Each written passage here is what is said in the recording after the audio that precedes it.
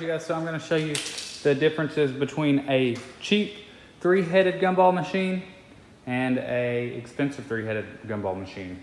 I have right here the tripleshotcandymachines.com three-headed gumball machine that goes for, I think, $175.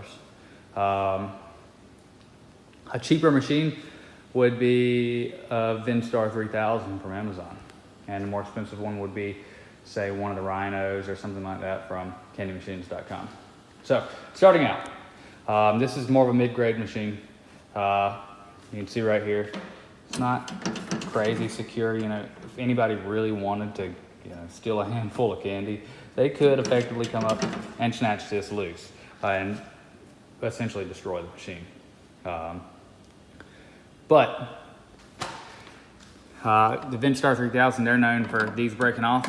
This has a nice metal handles, nicer coin mechanisms. The back of it is a lot more secure than the top, which is good because that is where the money is stored. A nicer machine may come with little cups to catch the money.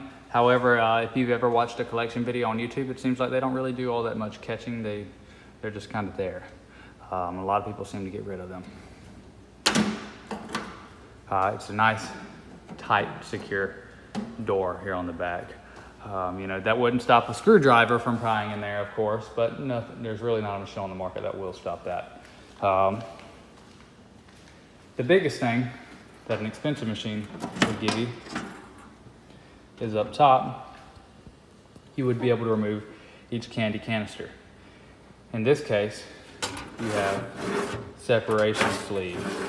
And all it is a little sleeve that separates one type of candy from the other.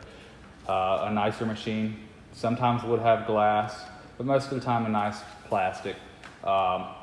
One unit for each slot that will actually completely slide out so that you can feel it outside of the machine. But in this case, you have to have the sleeves in and then pour the candy into the top of the machine. So that is essentially the nicest thing about an expensive machine. They may be prone to less failures. The Vending 3000s, the really cheap machines, they're definitely known to a lot of failures. You can see a lot of people on YouTube having problems with them. But this mid-grade machine, it's got a nice paint job. I'm assuming it's maybe powder coated, but it's a nice red textured paint job.